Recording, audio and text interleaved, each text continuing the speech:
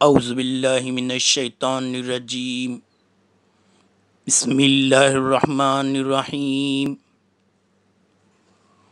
فہل عصیتم ان تولیتم ان تفسدوا فی الارض وتقطعوا ارحامکم اولئک الذین لعنہم اللہ۔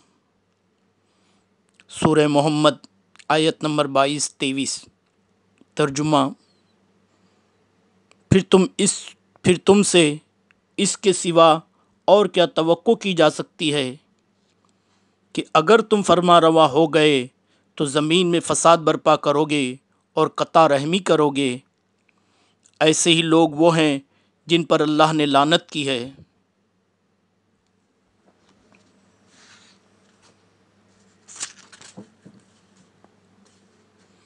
حضرت مولانا سید ابو الاعلیٰ مودودی صاحب رحمۃ اللہ علیہ اپنی کتاب خلافت و ملوکیت کے صفحہ نمبر 125 پر تحریر فرماتے ہیں: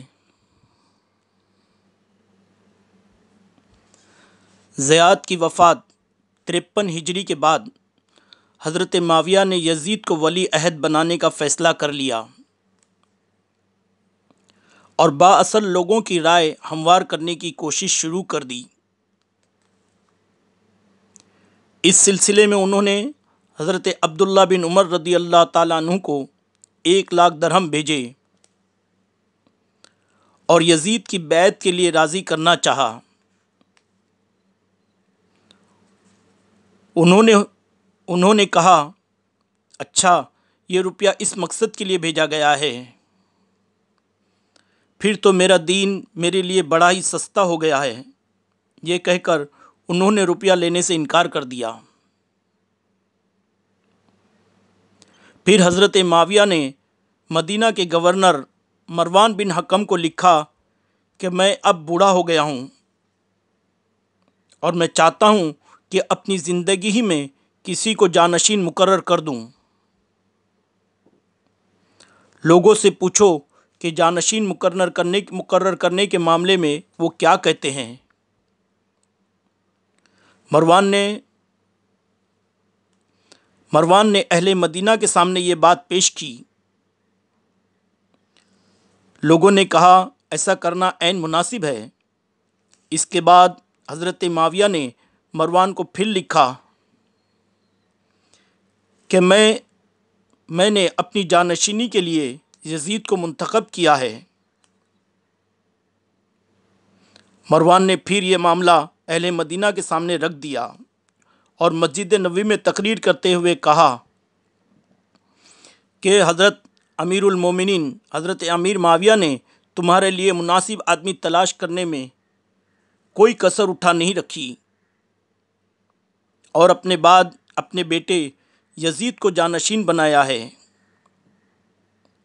یہ بہت اچھی رائے ہے جو اللہ نے ان کو سجھائی ہے۔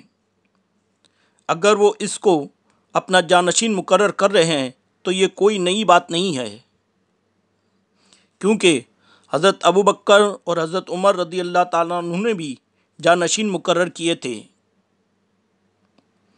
اس پر حضرت عبد الرحمن بن ابوبکر اٹھے اور انہوں نے کہا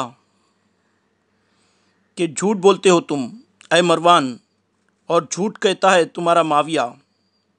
تم نے ہرگز امت محمدیہ کی بھلائی